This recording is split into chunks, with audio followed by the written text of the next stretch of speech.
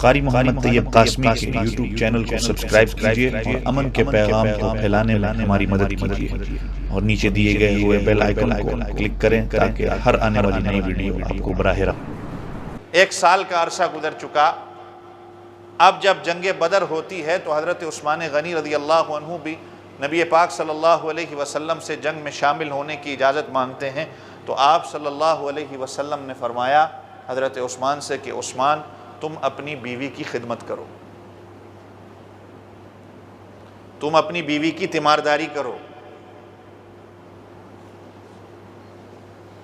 تم اپنی بیوی کی تیمارداری کرو گے اللہ تعالیٰ تمہیں مجاہد کا ثواب دے گا۔ اللہ کتنی بڑی بات ہے۔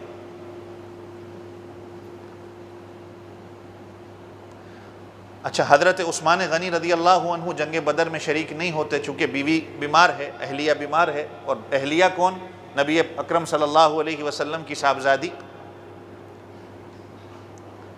اب جنگ بدر سے جب واپس آتے ہیں تو مال غنیمت جو مال ملتا ہے حضرت عثمان غنی رضی اللہ عنہ کو بھی حضور اقدس صلی اللہ علیہ وسلم مال غنیمت میں سے حصہ دیتے ہیں۔ اب حضرت عثمان غنی رضی اللہ عنہ نے شرکت نہیں کی، حضرت عثمان غنی رضی اللہ عنہ جنگ میں شامل نہیں ہوئے۔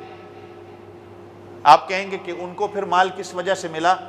جب نبی کا حکم آ جائے، اس لیے کہ وہ نبی کی تشکیل کے اندر تھے۔ جب کسی امیر کے حکم پہ بندہ رکتا ہے تو وہ گویا اسی طرح ہوتا ہے کہ گویا کہ یہ ابھی بھی اس کے ساتھ ہی ہے۔ نبی کا حکم تھا کہ تم نے جہاد میں شامل نہیں ہونا، تم نے اپنی بیوی کی تیمارداری کرنی، اللہ نے تمہارے لیے مجاہد کا ثواب لکھا ہے۔ اب یہاں پر ایک تو سبق ہمارے لیے یہ ہوا، دوسرا سبق ہمارے لیے اس کے اندر یہ ہے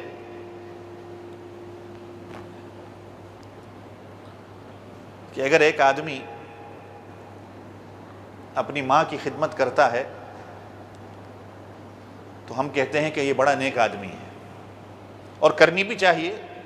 اسلام میں ہماری شریعت نے ماں باپ کی جو مقام اور جو عظمت رکھی ہے وہ کسی اور مذہب کے اندر نہیں ہے۔ ہم کہتے ہیں کہ بڑا اچھا بندہ ہے، یہ اپنی ماں کی خدمت کر رہا ہے، لیکن اگر کوئی بندہ اپنی بیوی کی خدمت کرنے والا بن جائے تو ہم سارے اس پہ ہنستے ہیں، مذاق اڑاتے ہیں اس کا۔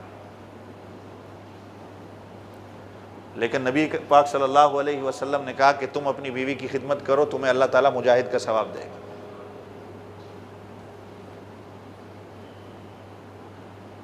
اگر کوئی بندہ اپنی بیوی کی آج خدمت کرنے والا بن جائے تو وہ تو معاشرے میں چل ہی نہیں سکتا۔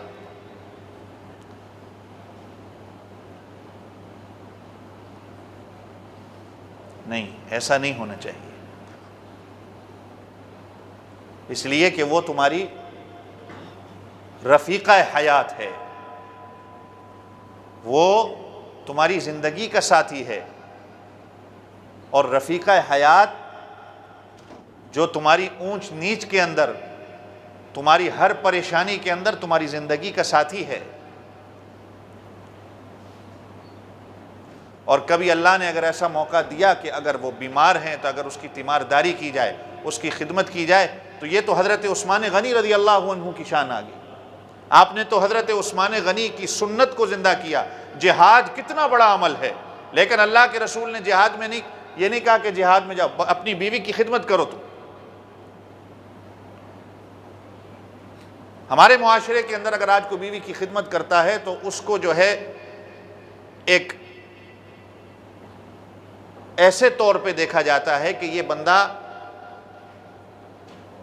کسی کے لائق نہیں ہے، حالانکہ وہ تمہارے ایمان کی محافظ ہے، تمہاری نسل کی محافظ ہے، تمہارے گھر کی محافظ ہے۔ اور نبی پاک صلی اللہ علیہ وسلم نے کیا فرمایا؟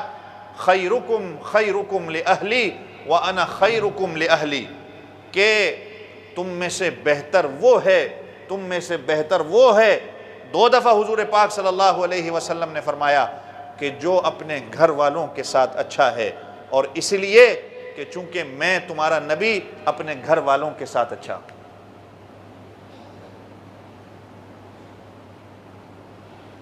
اس کو عیب نہیں سمجھا جائے، اس کو انسان برا نہ محسوس کرے۔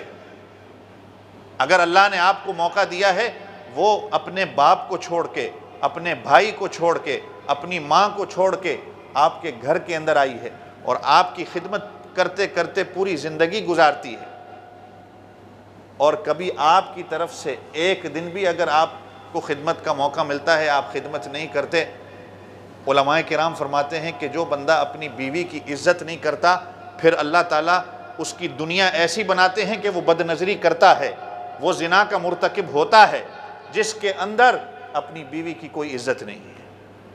یہ علماء فرماتے ہیں، اور دنیا مکافات عمل ہے۔